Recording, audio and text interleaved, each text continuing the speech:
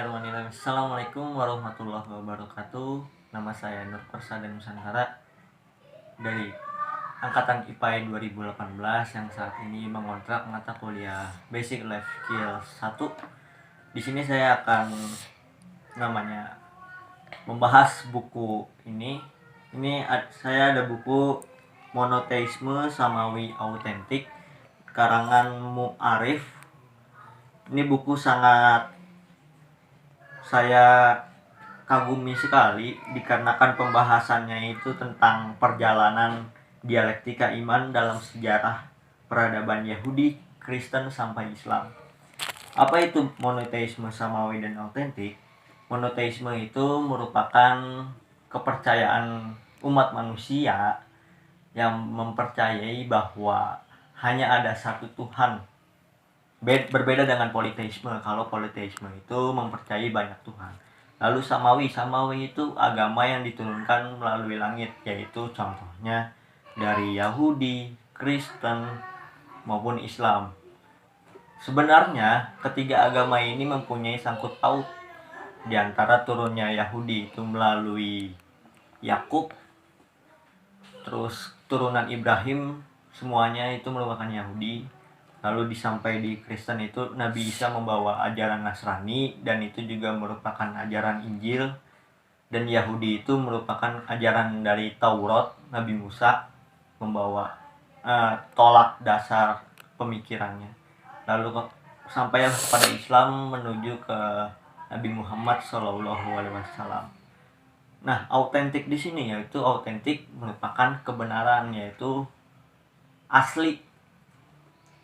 Lalu apa artinya monoteisme samawi autentik? Yaitu ajaran tauhid dan percaya kepada satu Tuhan yang beragama samawi, yang turun dari langit, yang asli, yaitu menuju rahmatan lil alamin. Yaitu perjalanan dari Yahudi, Kristen ke Islam itu merupakan perjalanan dialektika peradaban agama samawi yang begitu panjang sampai akhirnya terjadi penyelewengan, terjadi namanya penyesatan terhadap agama-agama yang dilakukan oleh Yahudi dan Nasrani kepada Tuhannya.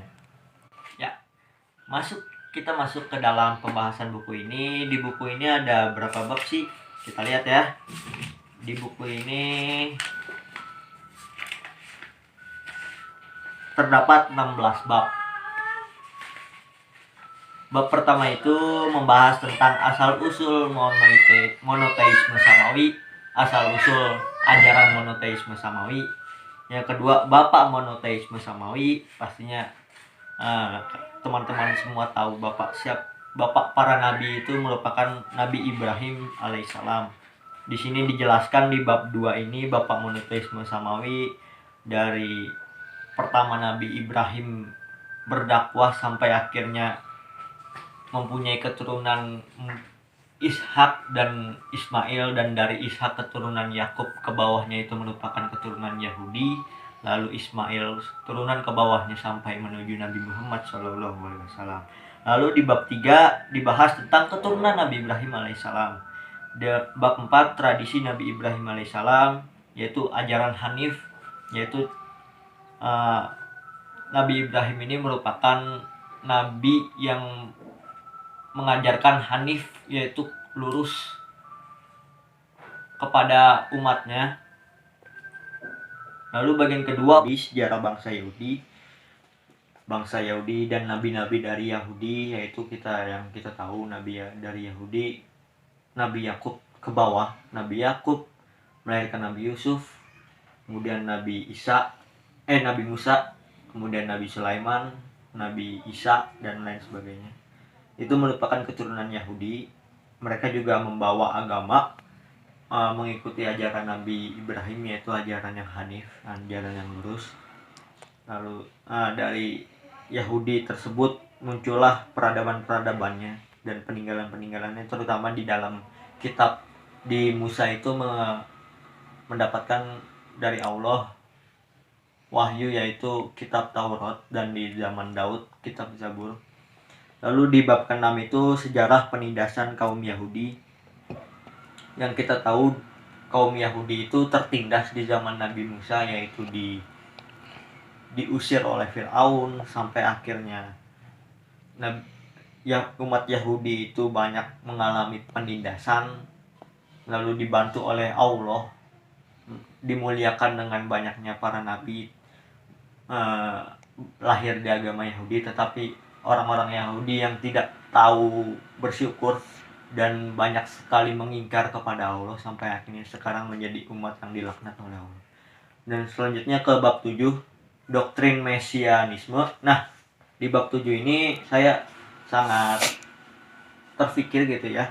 Di doktrin mesianisme ini, yaitu doktrin dari orang-orang Yahudi bahwa akan ada suatu saat mesianisme, yaitu orang yang menyelamatkan, orang yang namanya memberikan pembaharuan, orang yang namanya pembawa cahaya di mesianisme ini.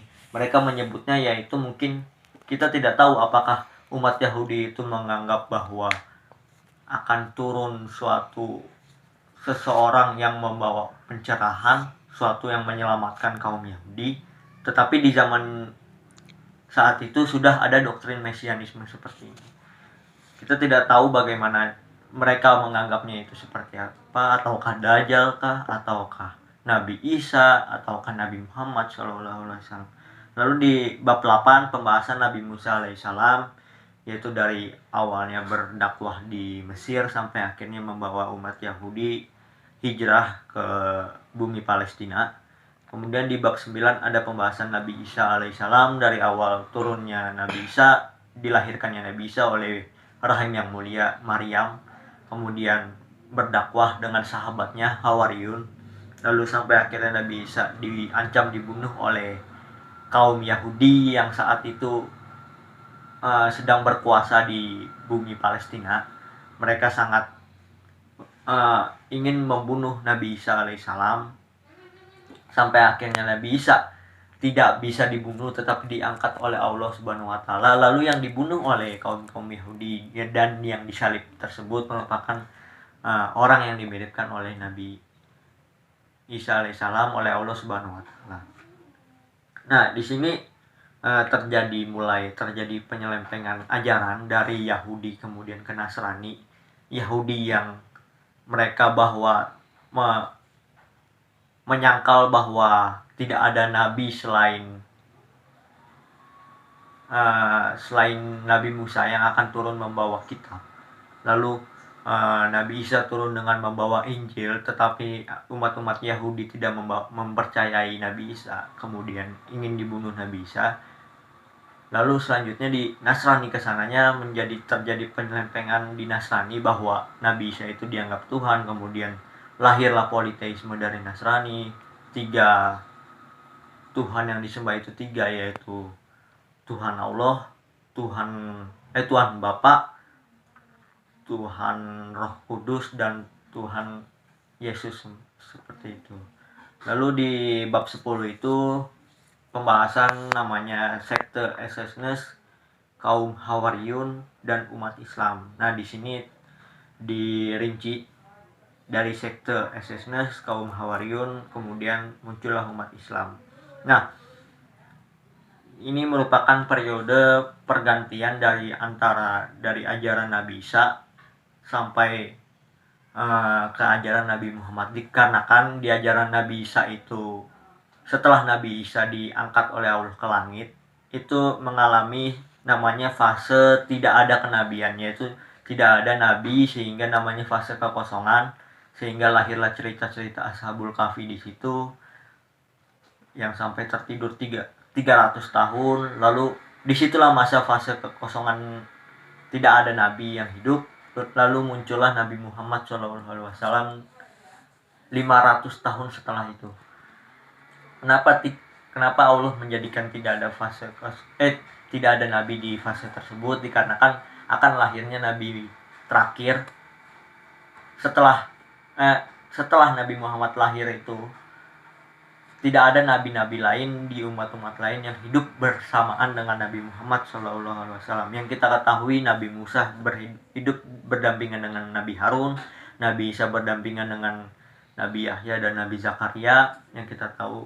Tetapi setelah Nabi Muhammad lahir, itu merupakan nabi terakhir yang Allah utus ke bumi ini. Lalu tidak ada nabi lagi yang hidup di sejaman dengan Nabi Muhammad SAW.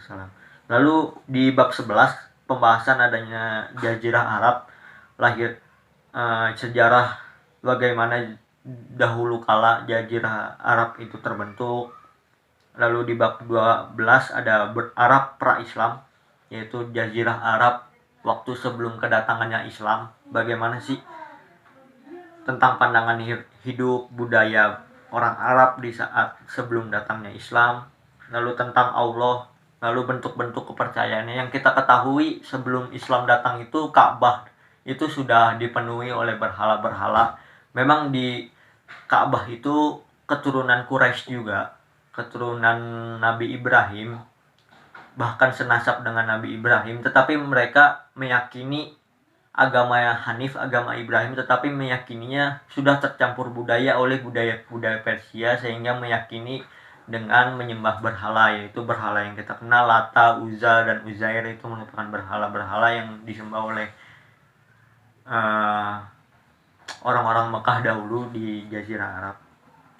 Lalu di bab 13 sejarah kota Mekah, bab 14 problem populasi penduduk kota Mekah. Ini pembahasan kota Mekah, kota yang dibangun oleh Nabi Ibrahim alaihissalam. Bab 15 yaitu pembahasan tentang Nabi terakhir Muhammad dan Ahmad. Yang kita ketahui di kitab Injil maupun di kitab Taurat terdapat nama Ahmad di dalamnya, yang akan muncul setelah namanya, yang akan muncul nantinya menjadi nabi terakhir. Yang tetapi yang saat ini kita baca di Injil maupun di Taurat itu sudah tidak ada lagi ayat tersebut yang mengatakan bahwa akan ada nabi terakhir yang bernama Ahmad. Lalu di bab 16, di bab terakhir, yaitu misi kenabian terakhir. Nah, di misi kenabian terakhir di sini meluruskan ajaran monoteisme samawi, yaitu Nabi Muhammad itu mempunyai kewajiban, mempunyai amanah meluruskan ajaran-ajaran samawi, monoteisme samawi yang dibawa oleh Nabi Ibrahim, yang dibawa oleh Nabi Musa, yang dibawa oleh Nabi Isa. Kemudian Nabi Muhammad sempurnakanlah melalui ajaran Islam, bahwa di antara keterkaitan antara Yahudi, Nasrani, kemudian ke Islam itu mempunyai hubungan, bahwa agama samawi ini sangat berkaitan, tetapi terjadi penyelewengan di antara Yahudi dan Nasrani.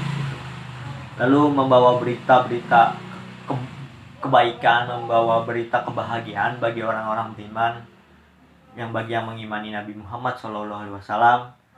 Terus membenarkan kitab-kitab terdahulu, bahwa Nabi Muhammad turun itu tidak menyalahkan kitab Taurat, tidak menyalahkan kitab Injil, tetapi membenarkan kitab-kitab mereka, kitab nabi-nabi terdahulu, lalu disempurnakan melalui kitab yang diturunkan Allah kepada Nabi Muhammad, yaitu kitab Al-Quran.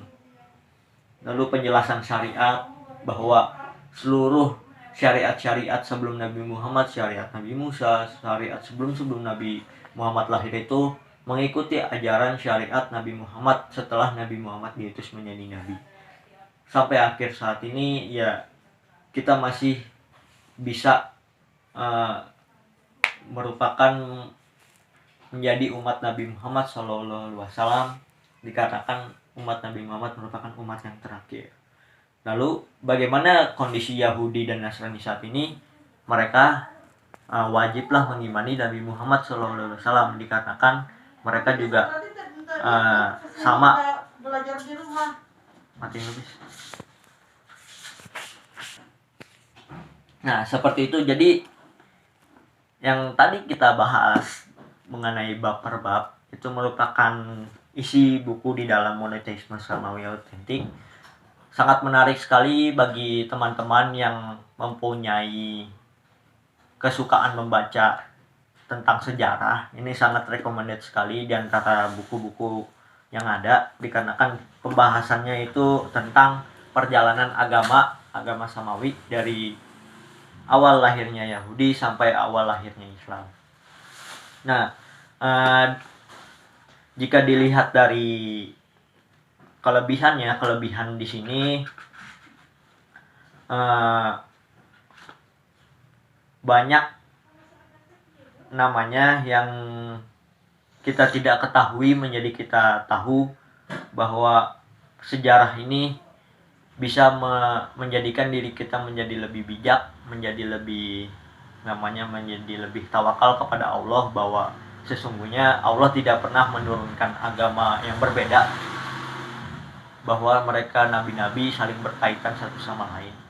Lalu kelemahan di buku ini yang saya sangat sayangkan yaitu banyak kata-kata Latin yang tidak saya ketahui, sehingga banyak kata-kata yang tidak dimengerti dikarenakan tidak adanya penjelasan di glosarium, tidak ada namanya itu, sehingga menjadikan bahwa di buku ini banyak kata-kata Latin yang tidak saya mengerti. Itu kelemahannya. Dari sampul sudah sangat bagus, dominasi hitam, terus ada lambang umat Islam yaitu bulan dan bintang, lambang Nasrani ada salib, lambang Yahudi ada bintang. Nah, di sini sangat bagus dari sampulnya, sangat recommended sekali dari pengarang Mu'arif ini. Lalu ada kata pengantar juga dari Dr. Ahmad Syafi'i Ma'arif. Itu mungkin teman-teman tahu, cendekiawan orang Indonesia. Nah, itu mungkin dari saya terkait buku ini. Silakan teman-teman cari buku ini kalau misalkan teman-teman berminat. Dan pastikan bahwa keyakinan dan keimanan teman-teman setelah membaca buku ini menjadi bertambah dengan mengimani Allah Subhanahu wa taala dan mengimani nabi kita, nabi terakhir, Nabi Muhammad sallallahu alaihi wasallam. Mungkin itu dari saya tutup dengan doa, wallahul muwaffiq ila aqwamit thoriq. Assalamualaikum warahmatullahi wabarakatuh. Jangan lupa di-subscribe dan like.